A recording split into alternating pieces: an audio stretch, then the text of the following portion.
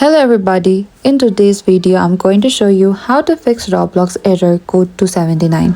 If you're getting Roblox Error Code 279 with a message like fail to connect to the experience or ID 17, it usually means Roblox cannot establish a connection to the game server, and this is typically caused by network issues, VPNs or temporary Roblox server problem.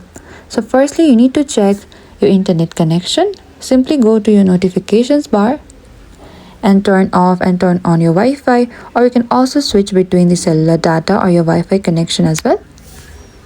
And you need to launch Roblox and try joining the game again after that. And if possible, test a different network to see if the problem is specific to your current connection.